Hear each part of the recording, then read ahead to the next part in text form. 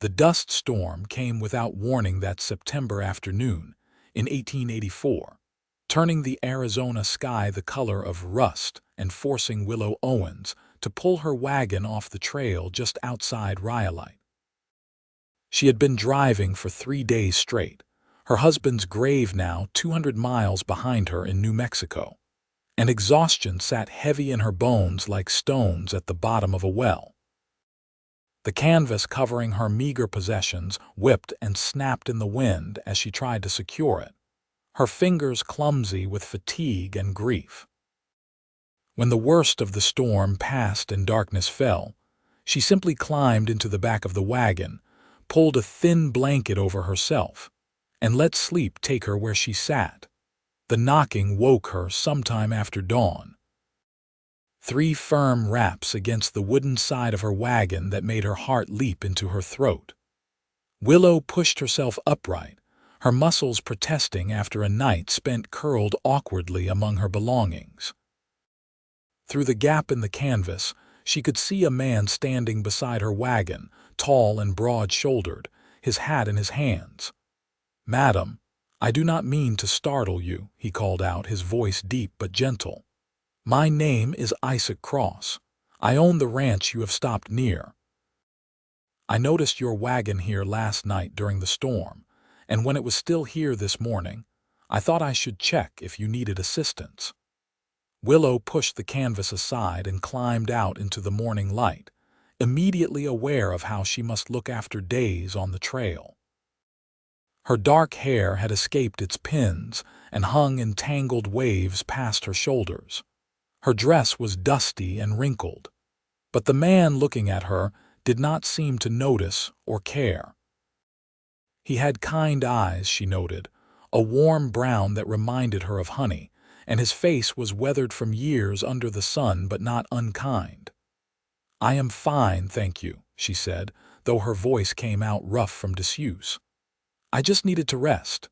The storm came up so quickly." "It does that out here," Isaac said. He was studying her with concern, and she realized what he must see.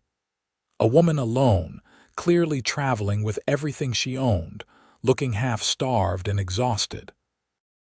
"Forgive me for being forward, madam, but it looks like you could use a proper meal and a real bed. I have a spare room in my house. You would be welcome to stay until you are rested enough to continue your journey." Willow's first instinct was to refuse. She had been raised to be cautious, to avoid placing herself in situations that might compromise her reputation or safety. But as she looked at Isaac Cross standing there in the morning light, hat still in his hands, waiting patiently for her response, something in her chest loosened just slightly. Perhaps it was the genuine concern in his eyes. Perhaps it was simply that she was too tired to be afraid anymore. "That is very kind," she said carefully, "but I would not want to impose." "It is not an imposition," Isaac replied. "I have more space than I know what to do with, and my housekeeper, Mrs. Chen, would be pleased to have another woman around. She is always telling me the place is too quiet." The mention of a housekeeper made Willow feel slightly better about the arrangement. She was not sure what proper etiquette dictated in this situation, but she knew that having another woman present would at least make things more respectable.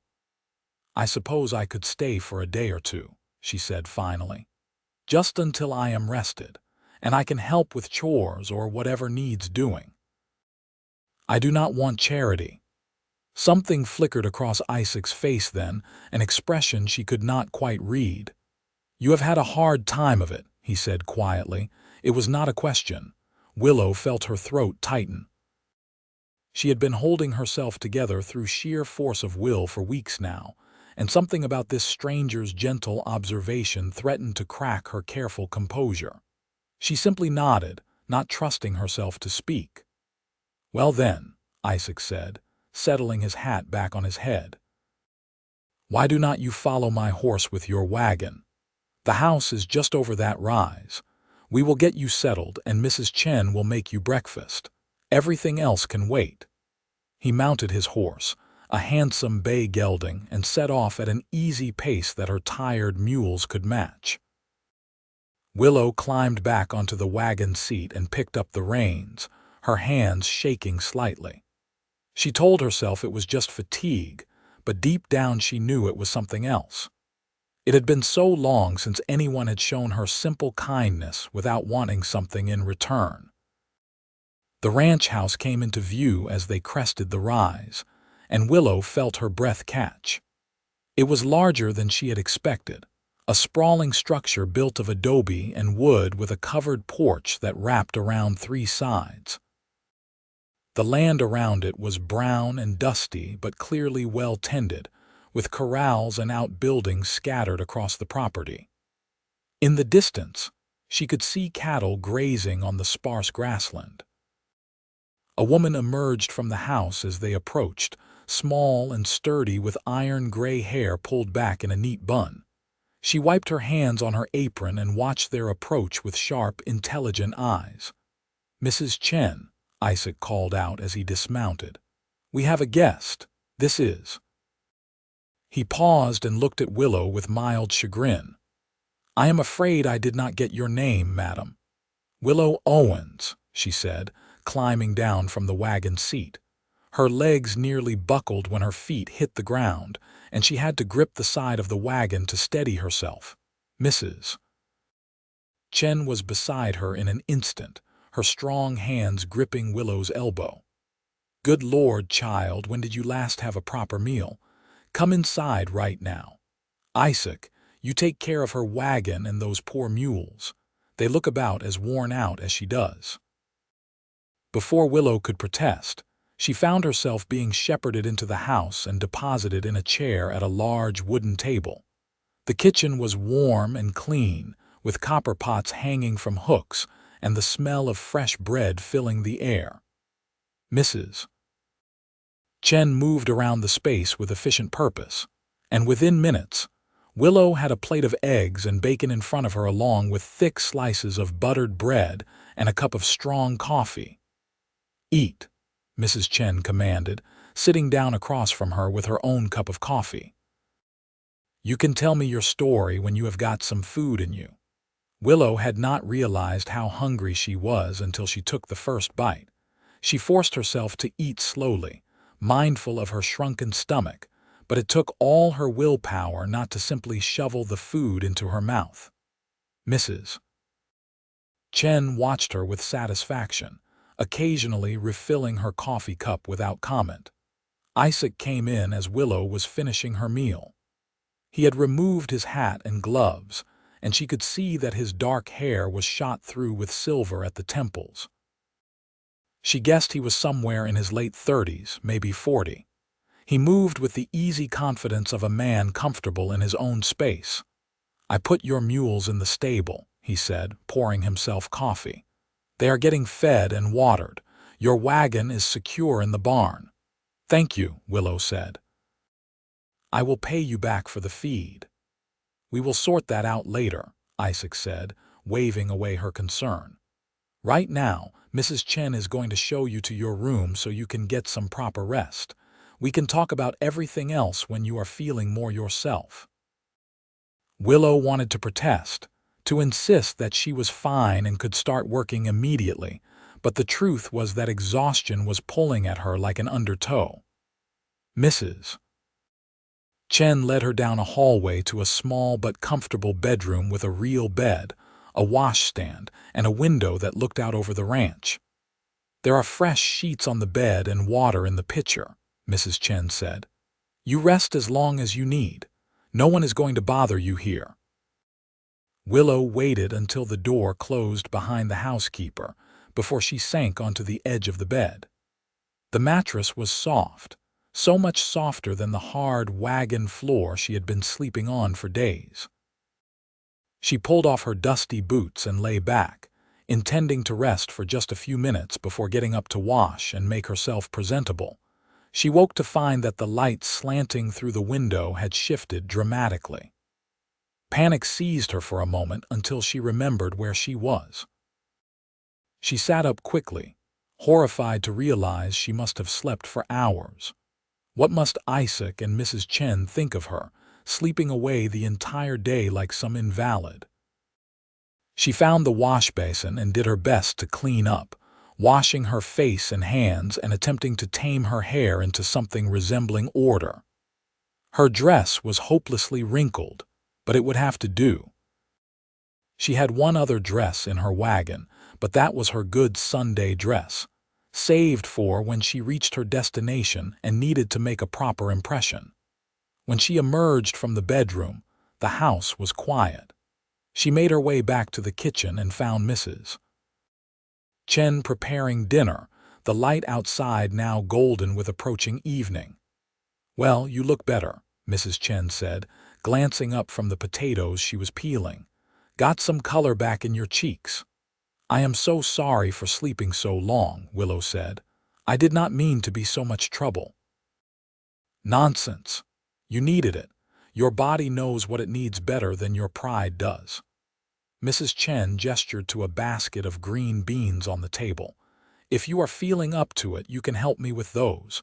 Otherwise, sit down and stay out of my way."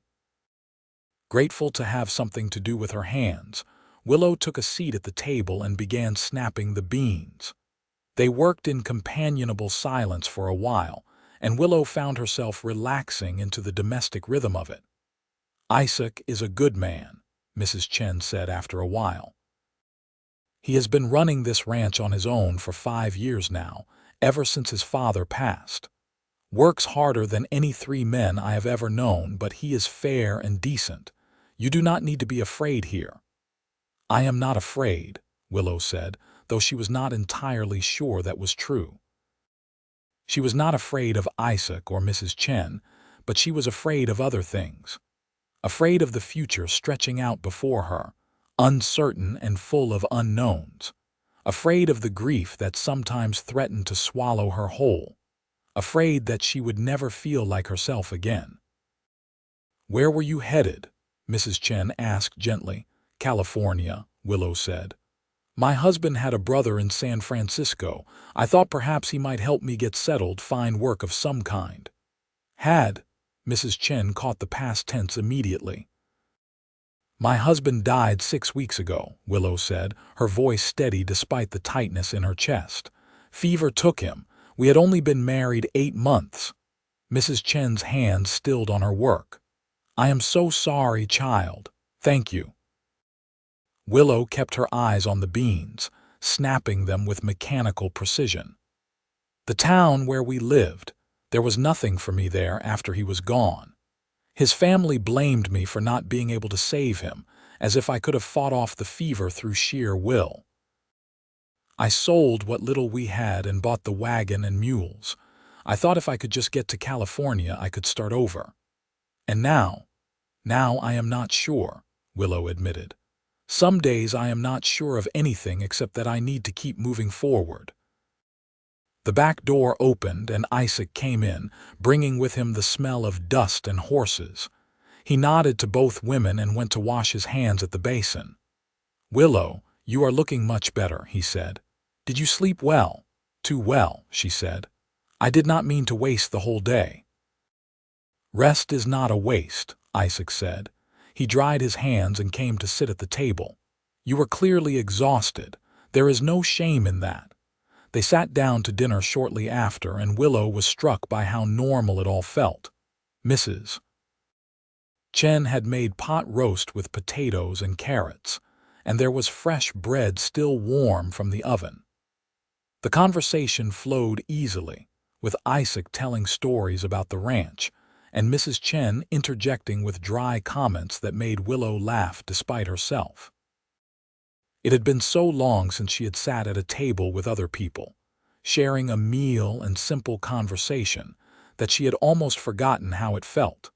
After dinner, Isaac excused himself to check on the animals one last time before bed, and Willow helped Mrs. Chen clean up. As they washed and dried the dishes, Mrs. Chen said, "You can stay as long as you need, you know."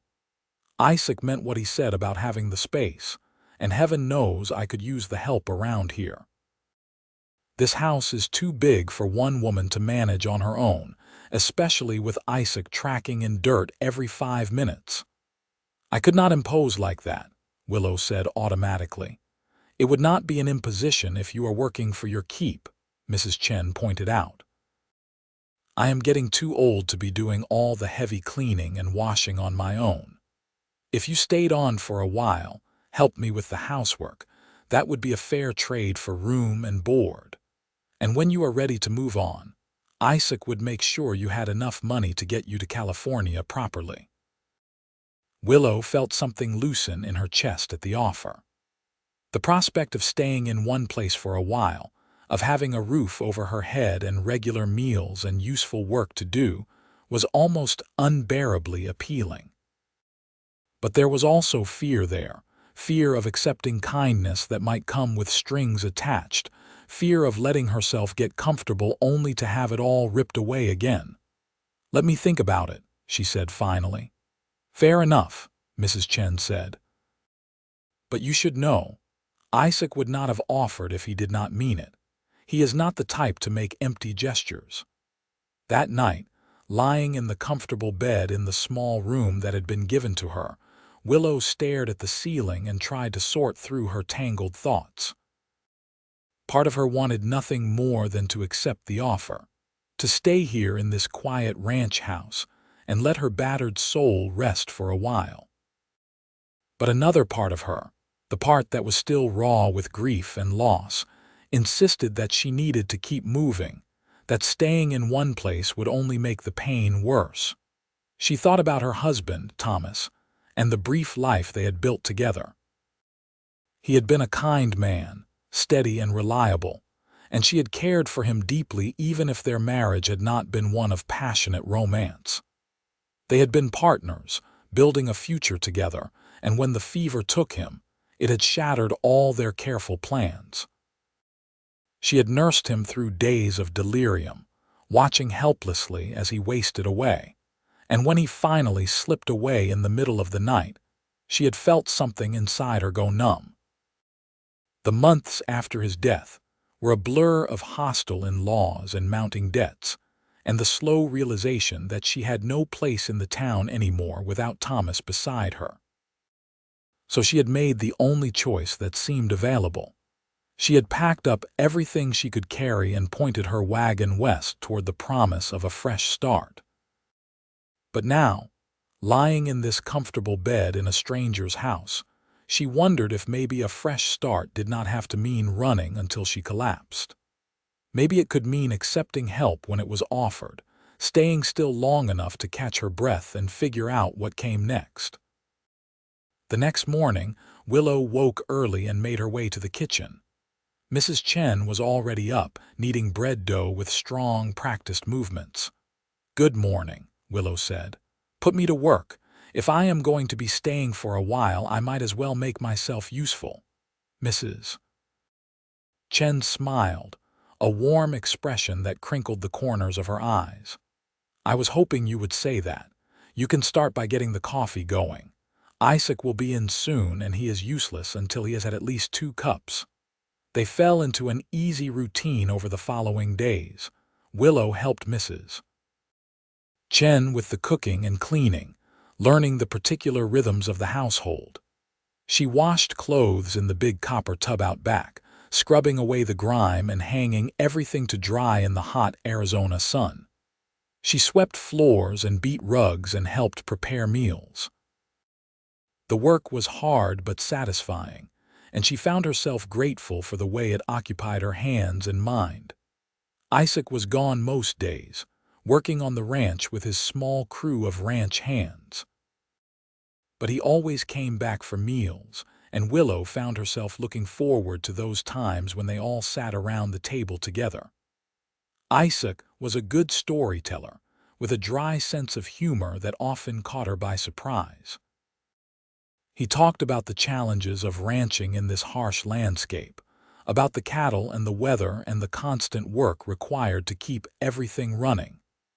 He asked her questions too, gentle inquiries about her life before, and she found herself sharing more than she had expected. One evening about a week after her arrival, they were sitting on the porch after dinner, enjoying the slight coolness that came with sunset. Mrs. Chen had gone to bed early with a headache, leaving Willow and Isaac alone for the first time since that initial morning. "You have been a blessing to Mrs. Chen," Isaac said, looking out over the darkening landscape. "I have not seen her this energetic in months. I think she was getting lonely, though she would never admit it." "She has been kind to me," Willow said. "You both have." "I am not sure I have properly thanked you for taking me in like this." "No thanks necessary," Isaac said. He was quiet for a moment, then added, "Can I ask you something?" "Of course." "You still plan to go to California?" Willow considered the question. "I do not know," she admitted. "When I left New Mexico, California seemed like the only option. But now I am not so sure. My husband's brother has never met me. He might not want the burden of a widow to care for, and the truth is, I do not know what I would do once I got there." "You could stay here," Isaac said. The words came out quickly, as if he had been holding them back for a while. "Not as a guest, but as an employee. Mrs. Chen really does need help, and the house has never been better cared for than it has been this past week. I would pay you a fair wage, enough for you to save money and make real plans for your future." Willow felt her heart skip. The offer was generous, almost too generous. "Isaac, I could not ask that of you." "You are not asking, I am offering."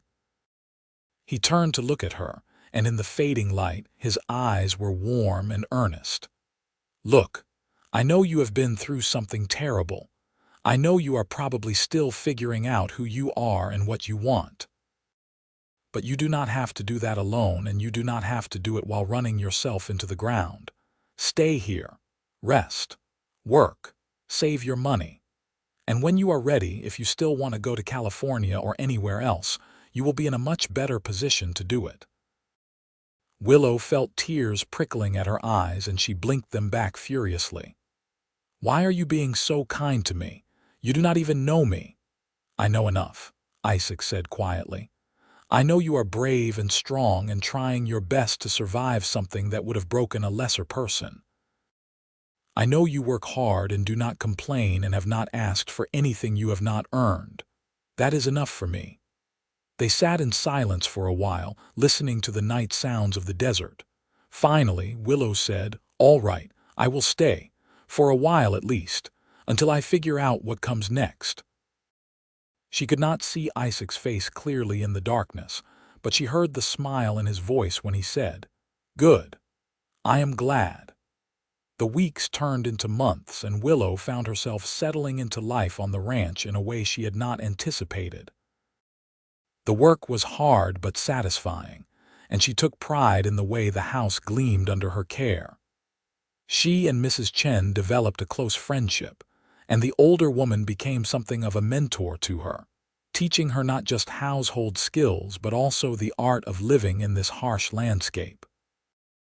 Isaac remained unfailingly kind and respectful, never overstepping the boundaries of their employer-employee relationship. But Willow could not help noticing small things about him. The way he always made sure she and Mrs. Chen had everything they needed before seeing to his own comfort. The way he spoke to his ranch hands with firmness, but never cruelty.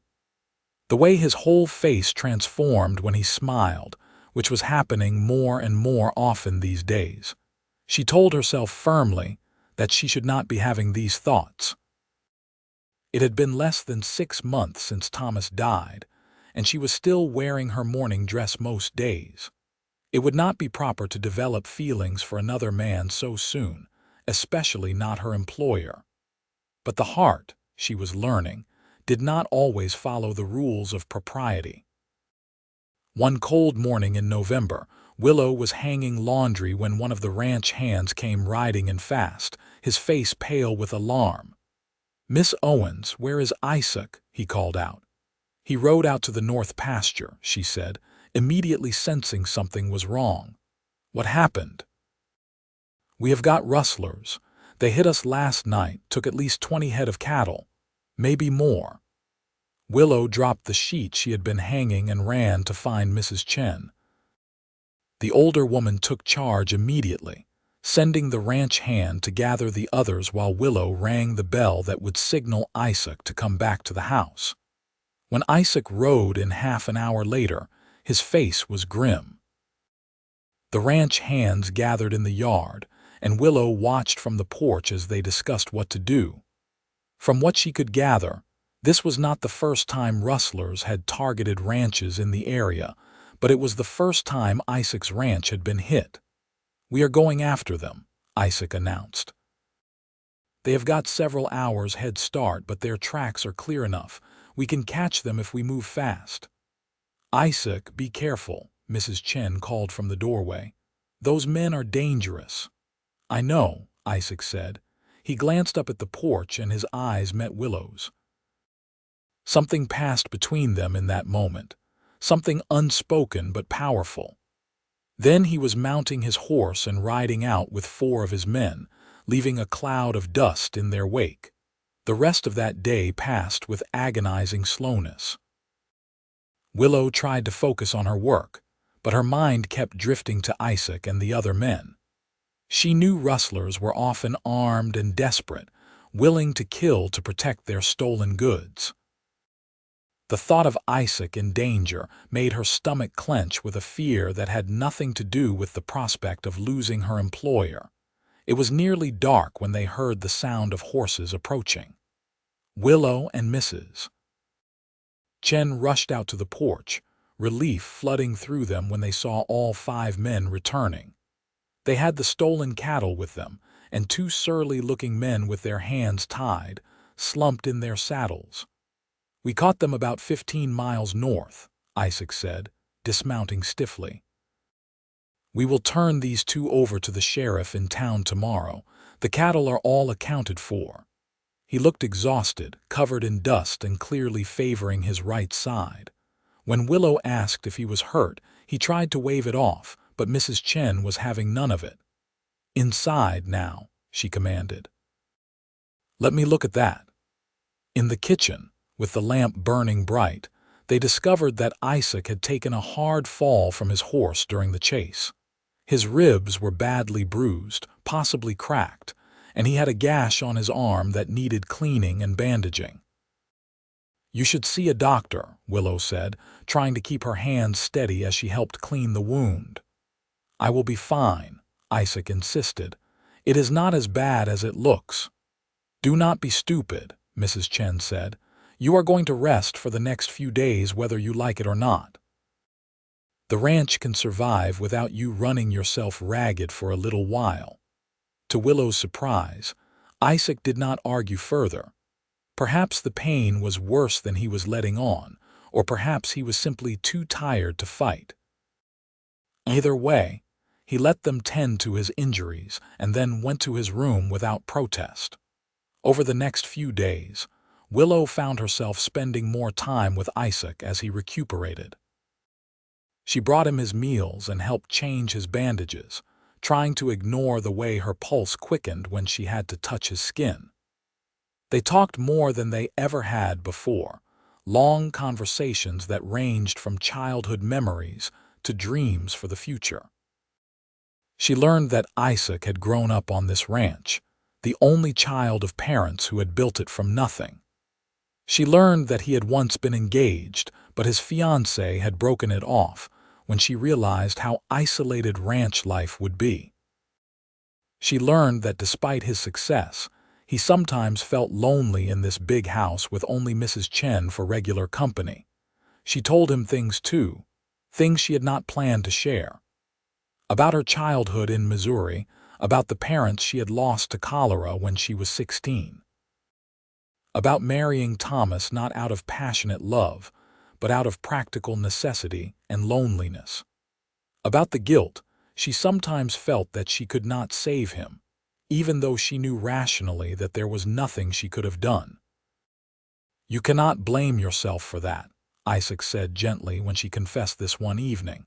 He was sitting up in bed, his chest bound tightly to support his cracked ribs. "Fever takes who it takes. All you can do is be there, and you were. That matters more than you know."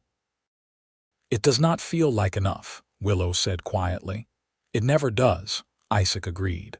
"But it is. You did right by him, Willow, and now you need to do right by yourself. That means letting go of the guilt and letting yourself live again." His words struck something deep inside her, and she found herself blinking back tears for the second time since coming to this ranch. "I am not sure I know how to do that," she admitted. "Neither do I most days," Isaac said with a rueful smile, "but maybe we can figure it out together." There was something in the way he said it, something in the warmth of his eyes, that made Willow's breath catch. She suddenly became acutely aware that they were alone in his bedroom, that she was sitting on the edge of his bed, that there was a charge in the air between them that had nothing to do with their respective roles as employer and employee. "I should let you rest," she said, standing up quickly. "You need to heal." "Willow, wait," Isaac said, but she was already moving toward the door, her heart pounding. She needed space to think, to sort through the confusing tangle of feelings that had suddenly become impossible to ignore. She lay awake that night, staring at the ceiling and trying to make sense of her emotions. She had only been widowed for 4 months. By all the rules of proper society, she should still be deep in mourning, not developing feelings for another man. But the heart, as she was learning, did not care much for rules. The truth was that what she felt for Isaac was different from what she had felt for Thomas. With Thomas, there had been affection and respect and companionship. But with Isaac, there was something more, something that made her pulse quicken and her skin warm and her whole body feel more alive than it had in months. It was terrifying and exhilarating in equal measure. The question was what to do about it. She could continue to ignore it, to maintain the careful distance of employer and employee. She could leave, go to California as she had originally planned, and never know what might have developed between them. Or she could be brave, could take the risk of opening her heart again even though the last time had ended in loss and grief. She did not come to any conclusions that night, but in the days that followed, she found herself paying closer attention to Isaac. To the way his face lit up when she entered a room. To the way he always found excuses to talk to her, to be near her. To the way he looked at her sometimes when he thought she was not paying attention, with an expression that made her breath catch. Mrs. Chen noticed too. "You two are dancing around each other like nervous colts," she said one afternoon when they were alone in the kitchen. "It is exhausting to watch." "I do not know what you mean," Willow said, focusing intently on the bread dough she was kneading. "Oh, please," Mrs. Chen said with a snort. "I may be old, but I am not blind. Isaac has been sweet on you since the day he brought you here, and unless I am very much mistaken, you have feelings for him too." Willow felt her cheeks flush. "Even if that were true, it would not be appropriate. I am still in mourning." "You are wearing black clothes," Mrs. Chen corrected. "That is not the same as mourning. You cared for your husband, I do not doubt that, but you have told me yourself that it was not a love match. You married him because you were alone and scared and needed security. There is no shame in that, but there is no reason to let guilt keep you from happiness now." "It has only been 4 months," Willow protested weakly. "Time is not the same for everyone," Mrs. Chen said. "Some people need years to recover from loss. Others are ready to move forward much sooner. Only you can decide what is right for you. But I will say this. Isaac is a good man, probably the best I have ever known. He would never take advantage of you or rush you into anything you were not ready for. But he also will not make the first move because he is too honorable to put you in that position. So if you want something to happen between you two, you are going to have to let him know you are open to it." Willow thought about Mrs. Chen's words for the rest of the day. That evening after dinner, Isaac asked if she would like to take a walk with him. The weather had turned cooler, the November air crisp and clean, and the sky was brilliant with stars. They walked in comfortable silence for a while, their footsteps crunching on the dry earth. Finally, Isaac said, "Willow, I need to tell you something. I have been trying to find the right words for weeks now, but I am not sure there is a right way to say this." Willow's heart started pounding, but she kept her voice steady. "What is it?" Isaac stopped walking and turned to face her. In the starlight, his expression was earnest and vulnerable in a way she had never seen before. "I have developed feelings for you," he said simply. "I know the timing is terrible. I know you are still grieving your husband and trying to figure out your life. I know I am your employer, and that puts you in an awkward position. But I cannot keep pretending that I do not care for you, that my whole day does not revolve around the moments when I get to see you and talk to you." He took a deep breath and continued, "I am not asking you for anything. I do not expect you to return my feelings, and nothing has to change if you do not. You can stay here as long as you want, with or without anything developing between us. I just needed you to know the truth because I am tired of pretending." Willow felt tears welling in her eyes, but this time they were not tears of grief. "Isaac," she said softly, "I have feelings for you too. I have been trying not to, telling myself it is too soon, that I should not be thinking about another man so quickly after losing my husband. But I cannot seem to help it." The smile that spread across Isaac's face was like sunrise breaking over the desert. "Really, really," she confirmed.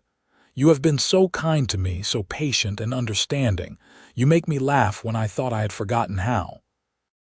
You make me feel safe and cared for, and like maybe the future is not as terrifying as I thought it was." "Can I hold your hand?" Isaac asked, his voice soft.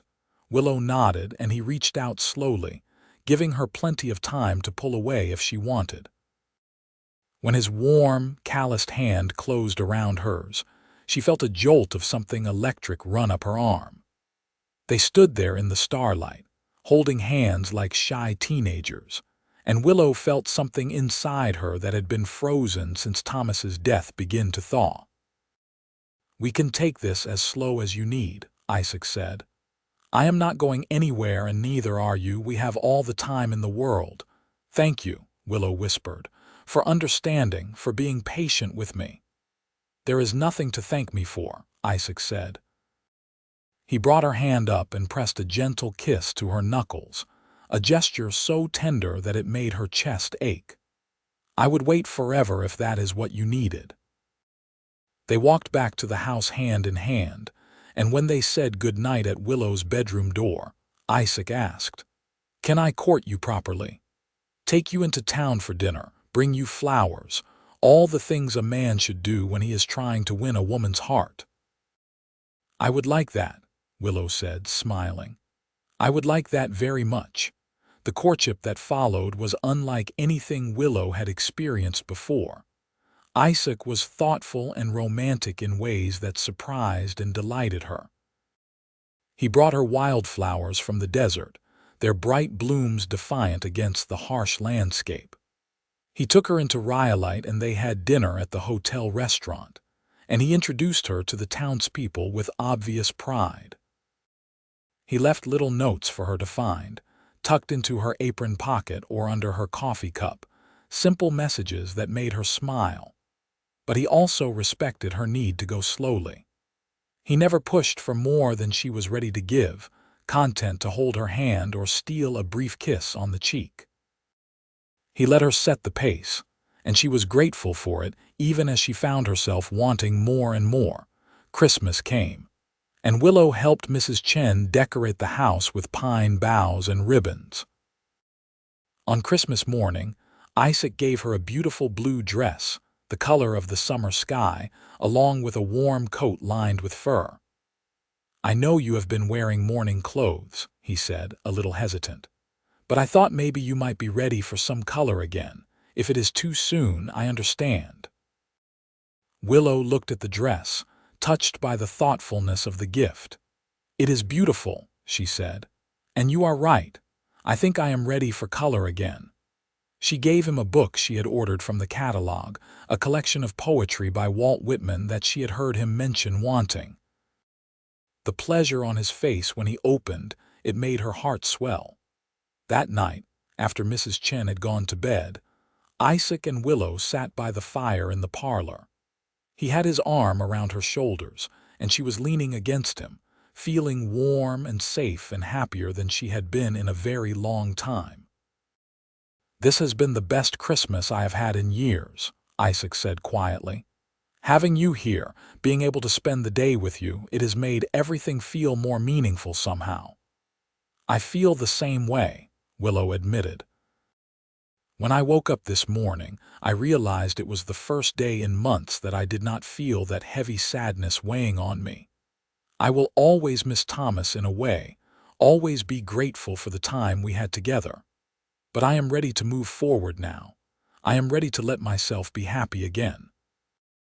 Isaac turned to look at her, his eyes warm in the firelight. "Willow Owens, you are the most remarkable woman I have ever met. You are strong and kind and brave, and I count myself the luckiest man in Arizona that you chose to stop your wagon near my ranch that day." "I think we were both lucky," Willow said softly. Then, before she could lose her courage, she leaned in and kissed him properly for the first time. It was gentle and sweet, and when they pulled apart, Isaac was looking at her with such tenderness that it made her chest ache. "I love you," he said simply. "I have for a while now, but I did not want to say it until I thought you might be ready to hear it." "I love you too," Willow said, and as she said the words, she realized how true they were. What she felt for Isaac was deeper and more powerful than anything she had felt before. It was not just affection or companionship or practical necessity. It was real love, the kind that made her want to build a future with him, to face whatever challenges came their way together. They kissed again, and this time it was less gentle, more urgent. When they finally pulled apart, both breathing hard, Isaac rested his forehead against hers. "Marry me," he said. "I know it is probably too soon to ask, and we can wait as long as you want for the actual wedding. But I want you to know that is where this is heading for me. I want you to be my wife, to build a life together here on this ranch. What do you say?" Willow felt joy bubbling up inside her like champagne. "Yes," she said. "Yes, I will marry you." Isaac let out a whoop of joy and spun her around, and they were both laughing like children. When he set her down, he cupped her face in his hands and kissed her again. "We will do this right," he promised. "A proper engagement, time for you to be sure. We can get married in the spring, give people time to get used to the idea. I do not care if the whole town talks, but I do not want you to feel like you have to rush into anything." "I am sure," Willow said. "I know it has not been very long, and I know some people will judge me for moving on so quickly. But I also know that life is short and unpredictable, and when you find happiness, you should hold on to it. I have found happiness with you, Isaac. I do not want to wait any longer than necessary to start our life together." They set the wedding date for March, deciding that 3 months was enough time to arrange things properly without waiting so long that it felt like they were denying their feelings. Mrs. Chen was overjoyed at the news, and she threw herself into wedding preparations with enthusiasm. The months leading up to the wedding passed in a happy blur. Willow worked on her trousseau, sewing new dresses and linens for their life together. Isaac finished building additional rooms onto the house, wanting to make sure they had plenty of space for the family he hoped they would have someday. The whole ranch seemed to hum with anticipation and joy. Not everyone was happy about the match. Some of the more conservative townspeople in Rhyolite whispered that it was unseemly for a widow to remarry so quickly. But Isaac and Willow paid them little mind. They knew their own hearts, and that was all that mattered. The wedding day dawned clear and beautiful, the March sky a brilliant blue above the desert landscape. They were married in the small church in Rhyolite, with Mrs. Chen standing as Willow's attendant and one of Isaac's ranch hands serving as his best man.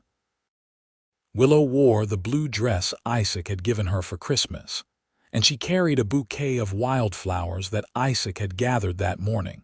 When the preacher pronounced them husband and wife, and Isaac kissed her, Willow felt like her heart might burst with happiness.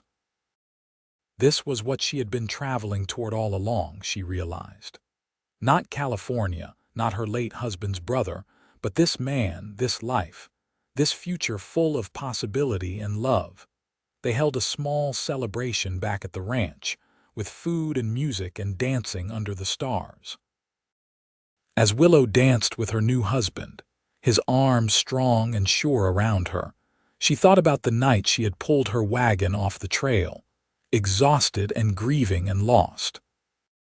She had been sleeping in that wagon, with no idea what the next day would bring, when Isaac had knocked and offered her shelter. It had seemed like such a small thing at the time, just a kind gesture from a stranger. But it had changed the course of her entire life. It had brought her here to this moment, to this man, to this new beginning that she had not even known she was searching for. "What are you thinking about?" Isaac murmured in her ear as they swayed to the music. "About fate," Willow said. "About how sometimes the worst moments of our lives lead us to the best ones. About how grateful I am that I stopped my wagon near your ranch that night." "I am grateful too," Isaac said. He pulled back slightly to look at her, his eyes soft with love. "You have made me happier than I ever thought I could be. I promise I will spend the rest of my life trying to make you just as happy."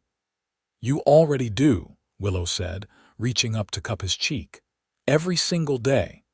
Life as Isaac's wife was everything Willow had hoped for and more. They fell into an easy partnership, working together to run the ranch and care for the house. Mrs. Chen stayed on, refusing to retire despite her advancing years, and the three of them formed a tight-knit family unit that felt more real than any blood relation. The ranch prospered under their joint management. Isaac valued Willow's input on business decisions, and she proved to have a good head for numbers and planning. Together, they expanded the herd and improved the grazing lands. They built a better irrigation system for the small garden Willow planted near the house. They painted the barn and repaired fences and made 100 small improvements that turned the ranch from a successful operation into a thriving one. But it was not just the work that made Willow happy. It was the small moments of daily life with Isaac. It was waking up next to him every morning and falling asleep in his arms every night. It was the conversations they had over breakfast and the quiet evenings spent reading together on the porch. It was the way he always kissed her goodbye before riding out for the day and hello when he came back. It was the laughter they shared and the way they could communicate with just a glance. In the summer of 1885, Willow realized she was pregnant. She told Isaac one evening after dinner, and the look of pure joy on his face was something she would treasure for the rest of her life. He picked her up and spun her around, then immediately set her down with concern. "Was that all right? I should not have done that. Are you feeling well? Should you be resting? What do you need?" Willow laughed at his sudden anxiousness. "I am fine, Isaac. Pregnancy is not an illness. Women have been doing this since the beginning of time." But she was secretly pleased by his protectiveness, and as her pregnancy progressed, she found herself grateful for his constant concern. He made sure she did not overwork herself, taking over many of the heavier household tasks despite her protests. He brought her special treats from town and rubbed her aching feet in the evenings.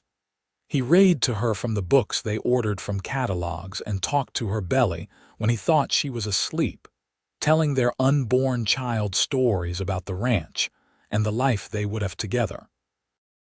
Their son was born in February of 1886, on a cold night when the desert wind howled outside. Mrs. Chen served as midwife, and Isaac paced the hallway outside their bedroom for hours until the first cry split the air.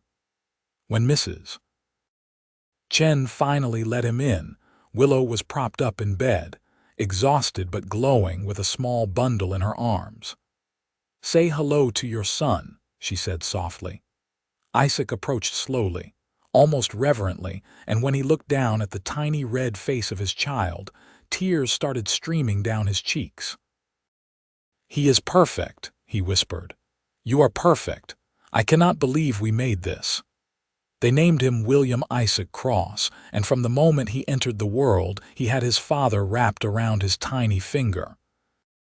Isaac was a devoted father, changing diapers and walking the floor with William during those long first nights. He sang lullabies in his rough voice and made funny faces to earn the baby's first smiles. Watching him with their son made Willow fall even more deeply in love with her husband. Mrs. Chen proved to be an invaluable help during those early months, stepping in to care for William when Willow needed rest and offering advice drawn from her many years of experience. The house that had once felt too quiet was now filled with the sounds of a baby's cries and coos and, eventually, laughter. As William grew from infant to toddler, the ranch continued to thrive. Isaac hired more hands to help with the expanding operation, and Willow managed the household and the books with increasing confidence. They were building something real and lasting together, a legacy they could pass on to their son, and they hoped, to future children. Willow found herself thinking less and less about her old life in New Mexico. Thomas had become a bittersweet memory, someone she had cared for but who belonged to a different version of herself. She no longer felt guilty about being happy or about the love she shared with Isaac. She had learned that the human heart was capable of holding multiple truths at once. She could be grateful for the time she had with Thomas while also being grateful that it had ended when it did, because otherwise she never would have found Isaac. On their second wedding anniversary, Isaac gave Willow a beautiful locket with a photograph of the three of them inside. On the back, he had engraved the words, "You are my home." "I wanted you to have something that showed you how much you mean to me," he said as she opened it with tears in her eyes. "You took a chance on me on this life. You could have kept traveling, could have gone to California or anywhere else. But you stayed, and you made this house into a home. You made me into a better man. You gave me a son. You are everything to me, Willow." "You are everything to me too," she said, kissing him. "I love you more than I ever thought I could love anyone. You saved me that day when you knocked on my wagon. I was so lost, and you gave me a place to belong." In the fall of 1887, Willow discovered she was pregnant again. This time, the pregnancy was harder, and she was often tired and sick. Isaac was even more protective than before, hovering over her constantly and worrying every time she so much as frowned. "I am going to be fine," she assured him over and over. "Mrs. Chen says everything is progressing normally. Women's bodies know what to do." But Isaac could not help but worry. He had found the love of his life, built the family he had always wanted. The thought of losing any of it terrified him in a way nothing else ever had. Their daughter, Sarah Ellen Cross, was born in May of 1888. The labor was long and difficult, and there were some tense moments when even Mrs. Chen looked worried. But in the end, both mother and baby came through healthy and strong. "She has your eyes," Isaac said, gazing down at his daughter with awe, "and your stubborn determination, I suspect." "She will need it growing up out here," Willow said, exhausted but happy. "The West is no place for weak women." "Good thing she has you to show her how it is done," Isaac said, kissing her forehead. With 2 children now, life on the ranch became even busier. William, now 2 years old, was a curious and energetic toddler who kept everyone on their toes. Sarah was a colicky baby who often kept them up at night. But even in the exhausting chaos of it all, Willow had never been happier. She thought sometimes about the woman she had been when she first arrived here, sleeping in her wagon with no idea what the future held. That woman had been broken and lost, running from grief and uncertainty. She had been surviving but not really living. Now she was fully alive. She had a husband who loved her deeply and showed it every day. She had two beautiful children who filled her life with purpose and joy. She had a home, not just a house but a real home, filled with laughter and love and the comfortable rhythms of family life. She had friends in town and the respect of her neighbors. She had a future she could look forward to instead of dread. As the years passed, the ranch continued to grow.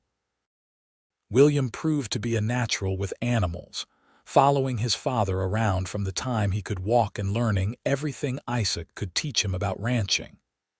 Sarah was more interested in books and learning, and Willow taught her to read and write, ordering primers and schoolbooks from catalogs. In 1890, when William was 4 and Sarah was 2, Willow gave birth to twin boys, James and John. Isaac was beside himself with joy, and Mrs. Chen declared that the house was now officially too full, but in the best possible way. Mrs. Chen passed away peacefully in her sleep in the spring of 1891. She was in her 70s, and her health had been declining for some time, but she had lived to see the family she had helped create thriving and happy. At her funeral, Isaac spoke about how she had been like a mother to him, especially after his own parents died. Willow talked about how Mrs. Chen had welcomed her into the house when she was a stranger and had become one of the dearest friends she had ever had. They buried her on a hill overlooking the ranch, with a beautiful headstone that read, "She made a house into a home." Willow visited the grave often in the months that followed, bringing flowers and telling Mrs. Chen's spirit about the children and the ranch, and all the daily happenings she knew the older woman would have wanted to hear about. The loss of Mrs. Chen meant that Willow had to take on even more of the household management. She hired a young woman from town to help with the children and the heavier cleaning, but she still found herself stretched thin some days. Isaac noticed and did everything he could to help, often taking the children with him on his ranch rounds to give Willow some quiet time to herself. "We are partners in this," he would remind her when she apologized for not having dinner ready on time or for the house being messier than usual. "We are raising 4 children together. Nobody expects everything to be perfect." Their love continued to deepen with the passing years. They had weathered challenges together, from difficult pregnancies to the loss of Mrs. Chen to droughts and economic downturns that affected the ranch. But through it all, they had remained united, facing everything as a team. Isaac still brought Willow wildflowers, even after years of marriage. He still left her little notes and made sure she knew every day how much he loved and appreciated her. Willow, for her part, found countless ways to show Isaac her love, from making his favorite meals to listening when he needed to talk about ranch concerns to surprising him with passionate kisses when the children were occupied elsewhere. In 1893, when Willow was pregnant with their 5th child, they had a scare. She started bleeding in her 7th month, and the doctor from town had to be summoned urgently. For 2 terrifying days, they thought they might lose both Willow and the baby. Isaac barely left her side, holding her hand and praying to whatever God might be listening to save his wife. But Willow, as she had proven time and again, was stronger than anyone gave her credit for. She held on, and the bleeding eventually stopped. She spent the rest of her pregnancy on bed rest, which nearly drove her mad with boredom and frustration. But she did it because she knew it was necessary for her baby's survival. Their daughter Rose was born in January of 1894, small but healthy. The pregnancy had taken a toll on Willow's body, and the doctor was firm in his advice that she should not have any more children. It was a bittersweet moment. She and Isaac had talked about having a large family, and 5 children was certainly respectable. But there was still a pang of loss in knowing that this was their last baby. "We have been blessed beyond measure," Isaac said, holding newborn Rose while their other children crowded around to get a look at their new sister. 5 healthy children, a thriving ranch and each other. A man could not ask for more. "You are right," Willow agreed, watching her family with love and contentment. "We have everything we need." As their children grew, the ranch house was always filled with noise and activity. William, now 8, was already talking about taking over the ranch someday. Sarah, at 6, had her nose constantly in a book and announced that she wanted to be a teacher. The twins, James and John, were 4 and spent their days getting into mischief together. Little Rose was a happy baby who seemed content to watch all the chaos around her with wise eyes.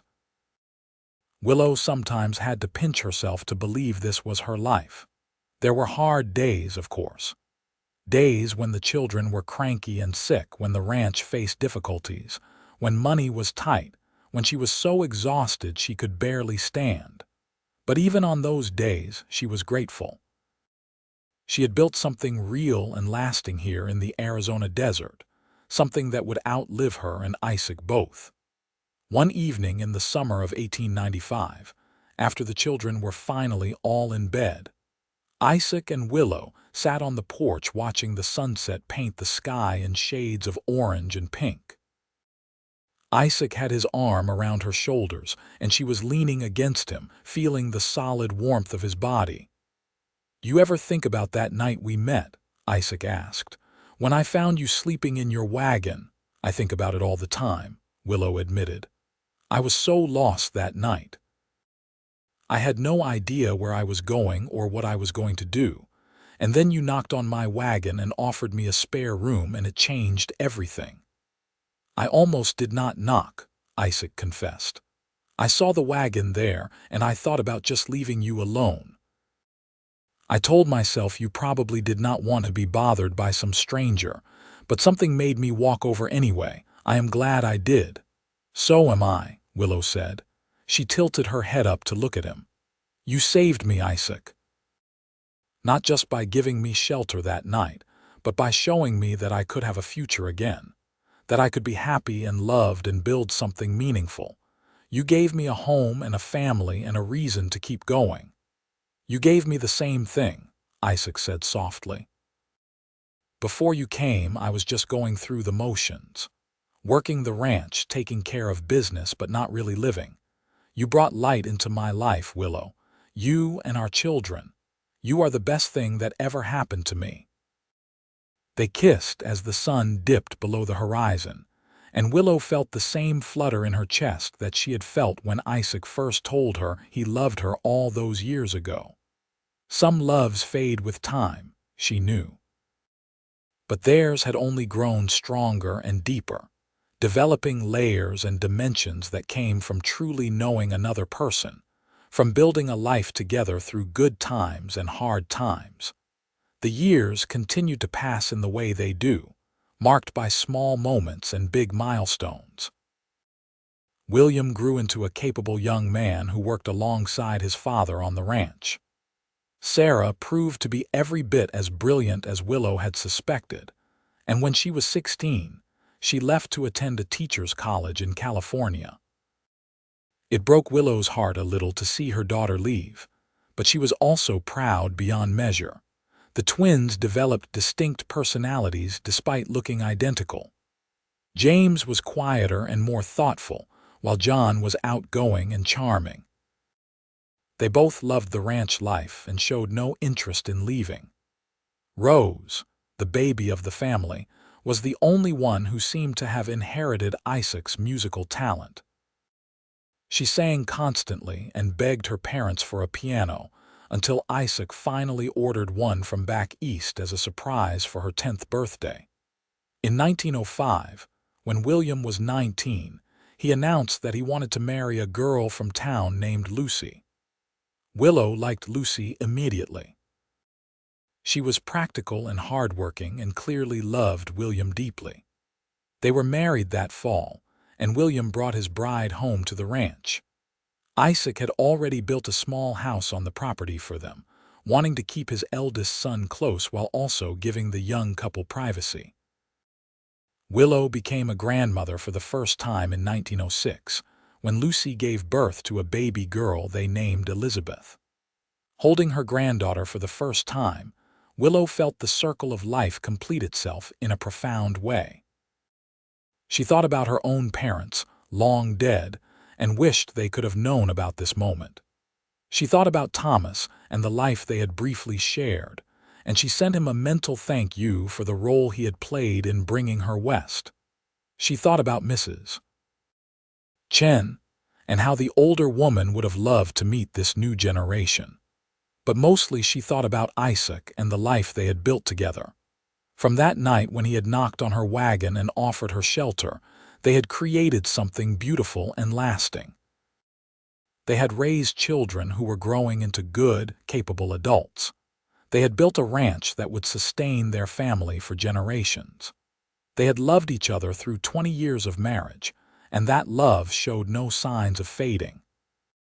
Sarah came home for the summer in 1907, now a certified teacher with a position at a school in Phoenix. She brought with her a young man named Robert, a fellow teacher, and announced that they were engaged. Willow and Isaac gave their blessing gladly, happy to see their daughter so obviously in love. The twins, now 23, showed no signs of settling down.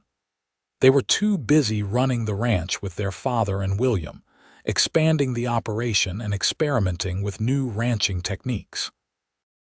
Rose, at 13, was still more interested in her music and books than in any of the boys who had started paying attention to her. Life was good. The ranch was prosperous. The children were healthy and happy. Willow and Isaac had their health and each other. It was more than Willow had ever dared to hope for during those dark days after Thomas's death. On their 25th wedding anniversary in 1910, Isaac took Willow into town for a fancy dinner at the hotel. It was the same place where he had taken her on one of their first proper dates all those years ago. The town had grown considerably since then, with new buildings and businesses springing up as more people moved west. But the hotel restaurant remained much the same, a bastion of elegance in the rough Arizona landscape. 25 years, Isaac mused over dinner. A quarter of a century. It has gone by so fast. And so slow, Willow added with a smile. Remember those first few years with the babies when we were so exhausted we could barely see straight. Those days felt endless. But we made it through, Isaac said. Together. That is the important part. Whatever life has thrown at us, we have faced it together. After dinner, they walked through the town in the warm evening air. Rhyolite had electric lights now, a modern convenience that still amazed Willow sometimes. So much had changed since she had first arrived here in 1884, dusty and heartbroken and lost. "I have something for you," Isaac said as they walked. He reached into his pocket and pulled out a small box. "I know we said we were not doing gifts, but I saw this and I could not resist." Inside the box was a beautiful ring, a gold band set with a blue stone, the exact color of the dress he had given her that first Christmas. "Isaac, it is beautiful," Willow breathed. "It reminded me of that dress," Isaac said, confirming what she had suspected. "The one I gave you when you were ready to stop wearing mourning clothes. That felt like the real beginning of us in a way. When you put on that blue dress, it was like you were choosing life again, choosing us. I wanted you to have something to remind you of that choice." Willow felt tears welling in her eyes as Isaac slipped the ring onto her right hand. "You always know exactly what to say and do," she said. "How did I get so lucky?" I am the lucky one, Isaac insisted. He pulled her close, right there on the main street of Rhyolite with people walking past and staring. You could have gone anywhere, done anything, but you chose me. You chose this life. That is the greatest gift anyone has ever given me. They kissed under the electric lights, and Willow thought about all the moments that had led them to this one. The grief and loss that had brought her west. The storm that had forced her to stop her wagon. Isaac's decision to knock instead of leaving her alone. Every small choice and twist of fate that had woven their lives together. She had been sleeping in her wagon that night, exhausted and hopeless. And Isaac had knocked and said he had a spare room. Such a simple thing, such a small kindness, but it had changed everything. The following years brought more changes and milestones. Sarah and Robert gave them 3 more grandchildren. The twins eventually married, both finding wives in neighboring towns. Even Rose, their baby, grew up and fell in love with a young man who worked at the bank in Rhyolite. One by one, the children built their own lives, though most stayed nearby, bound to the ranch and the land that had shaped them. Willow's hair turned gray, and Isaac's face became more lined with age. But their love never wavered. They still sat together on the porch every evening, watching the sun set over the desert. They still held hands and stole kisses when they thought no one was looking. They still talked for hours about everything and nothing, finding comfort in the familiar rhythm of conversation they had perfected over decades together. In the spring of 1920, Isaac fell ill. It started as a cough he could not shake, and by summer, the doctor diagnosed him with pneumonia. Willow nursed him through the worst of it, just as she had nursed Thomas all those years ago. But unlike Thomas, Isaac rallied. He recovered slowly, and by fall he was back on his feet, though he was never quite as strong as he had been before. "You scared me," Willow admitted one night as they lay in bed together. "I thought I was going to lose you." "Not yet," Isaac said, pulling her close.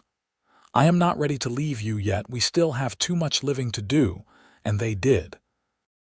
They celebrated their 40th wedding anniversary, surrounded by children and grandchildren. They took trips into town to see picture shows, amazed by this new form of entertainment. They read newspapers and magazines together, discussing the changes happening in the world beyond their desert ranch. They watched as their grandchildren grew, and some of them headed off to college or moved to big cities, carrying pieces of the ranch with them wherever they went. On a warm evening in October of 1930, they sat together on the porch as they had done thousands of times before. Willow was 70 now, and Isaac was 74. They moved slower than they once had, and their bodies ached in ways they had not when they were young, but the love between them was as strong as ever. "You ever regret it?" Isaac asked suddenly. "Staying here instead of going to California?" "I know you had plans, dreams of what your life might be." Willow looked at her husband, at his dear, familiar face that she knew as well as her own. "Not for one second," she said. "This life exceeded any dream I could have imagined. You exceeded any dream I could have imagined." Isaac squeezed her hand, and they sat in comfortable silence as the stars came out overhead. They had been so young when they met, though they had not felt young at the time. Willow had been 24 and recently widowed. Isaac had been 38 and had thought his chance at love had passed him by. Together, they had built something that would outlast them both. The ranch would go to William, who would run it with the help of his brothers and sons. The house would be filled with new generations, new voices, new laughter. But it would always carry the imprint of Isaac and Willow's love, the foundation they had laid together. "Thank you," Willow said softly. "For what?" "For knocking on my wagon that night, for offering me a spare room, for giving me a chance to start over, for loving me, for this life." Isaac brought her hand to his lips and kissed it, just as he had done that first night when they had admitted their feelings for each other. "Thank you for staying," he said, "for taking a chance on me, for making me happier than I ever thought possible, for being my partner in everything, for loving me back." They stayed on the porch until the night grew cold, reluctant to leave this perfect moment. Around them, the desert stretched out vast and eternal, the same landscape that had witnessed their first meeting and had cradled their love through all the years since. Willow Owens had come to this place broken and lost, sleeping in a wagon with no idea what the future held. Isaac Cross had offered her shelter and in doing so had given her so much more. He had given her a home and a family and a love that had sustained her through everything life could throw at them. It was, she thought as they finally went inside, a good life. Better than good. It was exactly the life she was meant to live, with exactly the man she was meant to love. And it had all started with 3 knocks on a wagon and the words, "I have a spare room."